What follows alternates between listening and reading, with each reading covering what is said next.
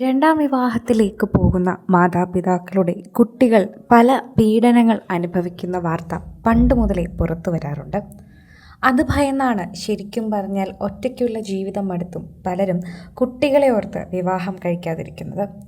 ഇപ്പോഴിതാ അത്തരത്തിൽ വീണ്ടും അത് തെറ്റാണ് എന്നും നല്ലവണ്ണം ആലോചിച്ചിട്ട് മാത്രമേ ഒരാളെ തിരഞ്ഞെടുക്കാവൂ എന്നും ഒക്കെ തെളിയിക്കുന്ന ഒരു വാർത്തയാണ് പുറത്തു വരുന്നത്.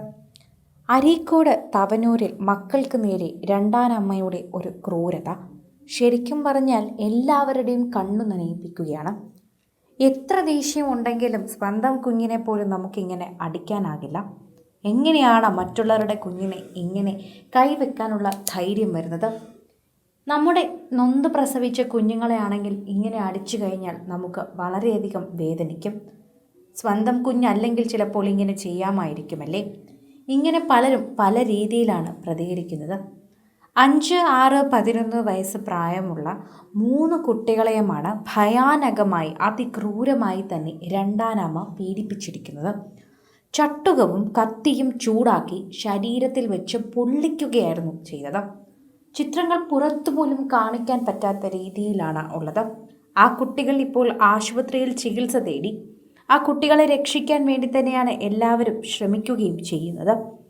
3 കുട്ടികളെയാണ് രണ്ടാനമ്മ ഇത്തരത്തിൽ ക്രൂര പീഡനത്തിന് ഇടയാക്കിയിരിക്കുന്നത്. ഇപ്പോൾ ഈ സംഭവത്തിൽ ബീഹാർ സ്വദേശികളായ മാതാപിതാക്കളെ അരീക്കോട് പോലീസ് അറസ്റ്റ് ചെയ്ത് റിമാൻഡ് ചെയ്തു എന്നാണ് അറിയാൻ സാധിക്കുന്നത്. കുട്ടികളെ രാത്രികാലങ്ങളിൽ ക്രൂരമായി മർദ്ദിക്കുകയും പട്ടിണിക്കിടുകയും ചെയ്തു. അത് പതിവായിരുന്നു എന്ന് പറയുന്നു. ഇതിനു പുറമെയാണ് കത്തിയും ചട്ടുകവും ഉപയോഗിച്ച് ശരീരത്തിൽ പൊള്ളലേൽപ്പിച്ചത് എന്നുകൂടിയാണ് ഇതിൽ പറയുന്ന ഒരു പ്രധാനപ്പെട്ട വിഷയം. ഇപ്പോൾ ഏറ്റവും കൂടുതൽ ആളുകൾ നോക്കുന്നതും ഈ ഒരു കാര്യത്തിലാണ്. കുഞ്ഞുങ്ങളുടെ പ്രായം 5ഉം 6ഉം വയസ്സുള്ള കുഞ്ഞുങ്ങളെപ്പോലും ഇത് ചെയ്യാൻ ആ അമ്മയ്ക്ക് പോട്ടെ ഏതൊരു സ്ത്രീക്കോ മനുഷ്യ മനസ്സിനോ ആകുമോ എന്നതാണ് യഥാർത്ഥ ചോദ്യം.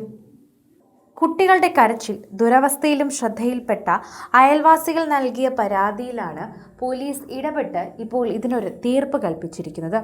നിലവിലെ അവസ്ഥ പരിക്കേറ്റ കുട്ടികളെ നിലവിൽ ശിശുക്ഷേമ വകുപ്പിൻ്റെ കീഴിൽ സംരക്ഷണത്തിലാണ്.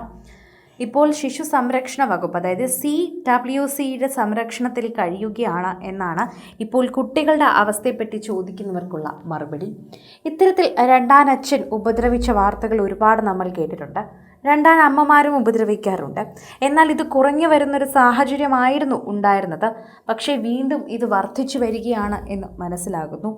കുട്ടികളെ ഇത്തരത്തിൽ എന്ത് കാരണങ്ങളാലും പൊള്ളലേൽപ്പിക്കാനോ വളരെ അധികം ക്രൂരമായി മർദ്ദിക്കാനോ ഒന്നും പാടില്ല. ഇതെല്ലാം തന്നെ വളരെയധികം നിയമത്തിന് അതീതമാണ്. ഇത് അന്വേഷിച്ച് തന്നെയാണ് ഇതിൽ കൂടുതൽ നടപടികൾ എടുക്കാൻ പോകുന്നത്.